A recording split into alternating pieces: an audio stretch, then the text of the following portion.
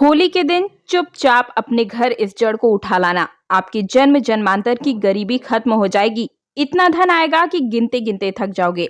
दोस्तों, हमारे हिंदू धर्म में होली का दिन बहुत ही ज्यादा पावन और पवित्र दिन माना जाता है। इस दिन भगवान विष्णु जी ने हिरण्यकश्यप नाम के एक राक्षस का वध किया था और इसी कारण हिरण्यकश्यप की बहन यानी कि होलिका का दहन भी इसी दिन हुआ था।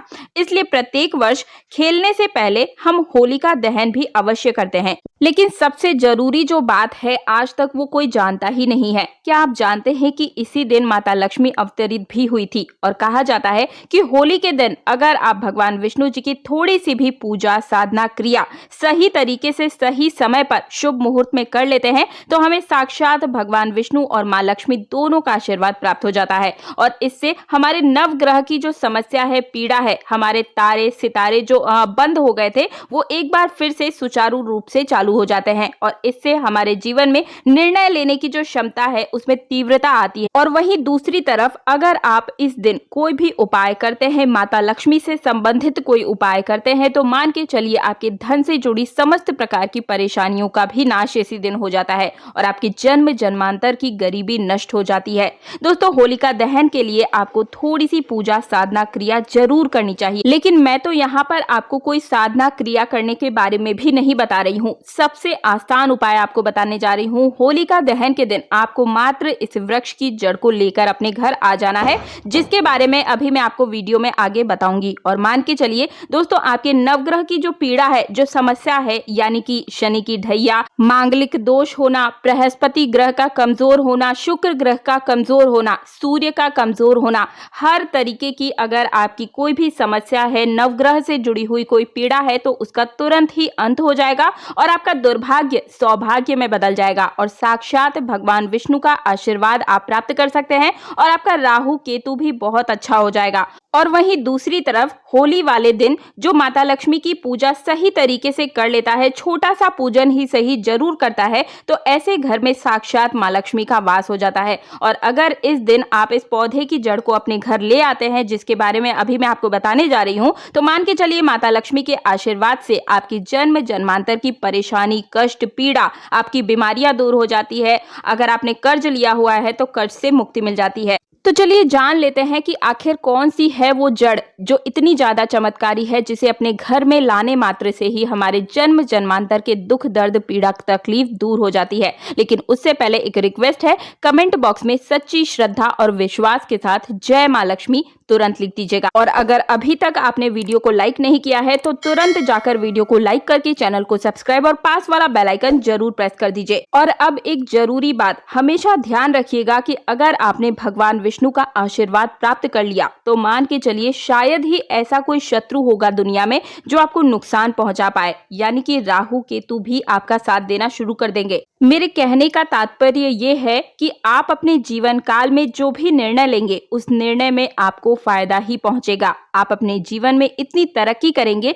कि आप समाज के लिए एक उदाहरण बन जाएंगे। और वही दूसरी तरफ अगर माता लक्ष्मी जी के आशीर्वाद से आपने थोड़ी सी उनकी पूजा साधना इस दिन कर ली सही तरीके से, सही प्रक्रिया में, जिसके बाद आपको धन संबंधी सारी परेशानियां आपकी खत्म हो जाएगी। दोस्तों, एक बात समझ लीजिए आप सभी कि माता लक्ष्मी जी एक ऐसी देवी है जो किसी भी व्यक्ति की हल्की सी पूजा साधना से तुरंत ही प्रसन्न हो जाती हैं। और होली के दिन तो ये बहुत ही खास मौका आपको मिला है, जिस दिन माता लक्ष्मी जी बहुत ही प्रसन्न मुद्रा में होती है। ये जो उपाय मैं आपको बताने जा रही हूँ, ये साल में सिर्फ एक ही बार किया जा सकता है। इसके लिए सिर्फ 2 ही दिन बने हुए हैं और इस मौके को आप बिल्कुल भी अपने हाथ से मत जाने दीजिएगा। होलिका दहन के दिन 16 प्रकार के शुभ योग और दुर्लभ संयोग बनने जा रहे हैं और होली वाले दिन 22 प्रकार के शुभ दुर्लभ संयोग बनेंगे। मतलब इन सहयोगों को अगर आप लाभ उठा सकते हैं तो आपकी जन्म जन्मांतर की गरीबी परेशानी दूर हो जाती है और वहीं दूसरी तरफ आपका भाग्य पूरी तरीके से प्रबल हो जाता है।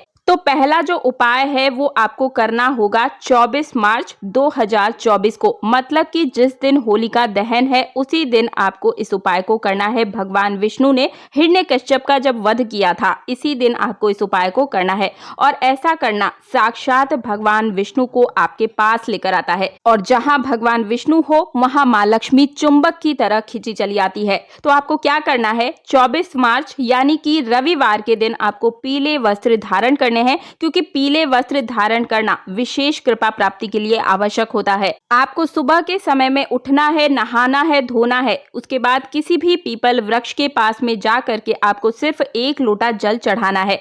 सिर्फ इतना काम आपको करना होगा। इतना करने के बाद आप अपने घर पर वापस आ जाइए और अपने घर पर एक घी का दीपक जला दीजिएगा और भगवान विष्णु जी के बीज मंत्र को आपको बोलना है। बीज मंत्र है ओम नमो भगवते वासुदेवाय नमः। इस मंत्र का आपको 101 बार जाप करना है। अब जो पौधे की जड़ आपको लेकर आनी है वो आपको स्क्रीन पर अच्छे से दिखाई दे रही होगी। ये है अपराजिता पौधे की जड़। ये आप कहीं से भी ढूंढ कर लेकर आए, या तो होली से पहले कहीं देख कर आ जाएं और फिर होली के दिन आप इसे लेकर आए, लेकिन लेकर जरूर आइएगा। इस जड़ को आप चाहे सूर्यास्त के पहले लाएं या चाहे सूर्यास्त के बाद लेकर आएं, लेकिन 24 मार्च को इसे अवश्य अपने घर लेकर आइए। घर में लेकर आने के बाद सबसे पहले इसे गंगा जल से धो लें और उसके बाद अपने पूजा घर में से ले जा करके भगवान विष्णु और माँ लक्ष्मी की प्रतिमा के सामने एक पीले रंग का वस्त्र बिछाएं और उसी के ऊपर अपराजिता की इस जड़ को आपको रख देना है। इसके बाद आप ये चाहे तो पीला कपड़ा हो, पीला तौलिया, पीला गमछा, कोई भी पीला कपड़ा इसमें होना चाहिए। उसके बाद इसी में आपको 1 रुपए का सिक्का भी रख देना है और इसी के साथ 2 लौंग भी आपको इसके अंदर रख लेनी है।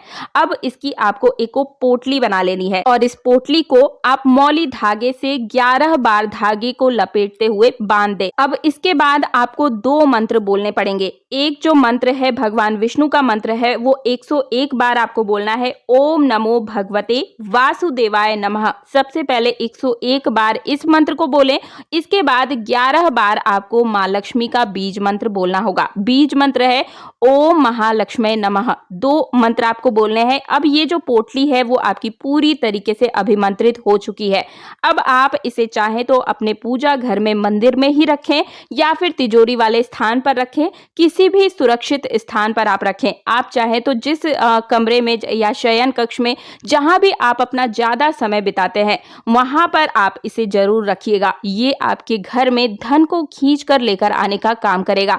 ये इतना धन बढ़ोतरी कराएगा कि आपके आस पड़ोस के लोग भी आपसे स्वयं आकर पूछेंगे कि आपकी तरक्की का राज क्या है, आप दिन दुगनी रात चौगुनी तरक्की कैसे कर रहे हैं। इतना ही नहीं दोस्तों, इस पेड़ के, इस पौधे की जड़ के प्रभाव से आपके घर का पूरा वातावरण स्वच्छ हो जाएगा, सकारात्मक सोच होगी, घर परिवार में हमेशा सकारात्मक बातें होंगी, हर कोई बढ़ोतरी ही करेगा। तो ये तो उपाय हुआ धन खींचने के लिए। अगर आप नवग्रह की पीड़ा से मुक्ति पाना चाहते हैं तो इसी पोटली को आप अपने घर की छत पर रखिए। छत पर इसलिए रखा जाता है क्योंकि छत के ऊपर राहु का वास होता है। अगर आप इस पोटली को छत के ऊपर रखते हैं तो ऐसे में आपके नवग्रह की समस्त प्रकार की पीड़ाएं दूर हो जाती है। आपने सोचने समझने की शक्ति में विस्तार होता है।